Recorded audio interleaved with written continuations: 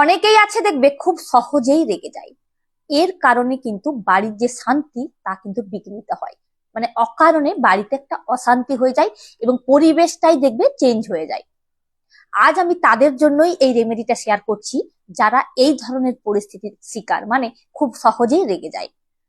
তো এর জন্য তোমাদের যেটা করতে হবে, তোমরা কি করবে, যে ব্যক্তি খুব সহজেই রেগে যায় তার মাথার মাঝখানে একটু দই আর একটু হলুদ মিশিয়ে সেটা টিক্কা লাগিয়ে দেবে।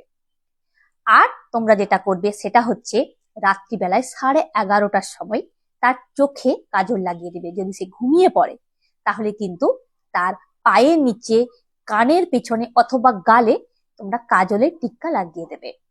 পরের দিন সকালে ঘুম থেকে ওঠার পর সে যখন স্নান করবে তখন কিন্তু দেখবে তার যে নেচার সেটা দেখবে চেঞ্জ হয়ে যাচ্ছে। প্রত্যেক দিন তোমরা এই কাজটা করতে থাকবে, ধীরে ধীরে দেখবে তার নেচারের মধ্যে পরিবর্তন আসা শুরু হবে এবং দেখবে রাগ ধীরে ধীরে কমতে থাকবে।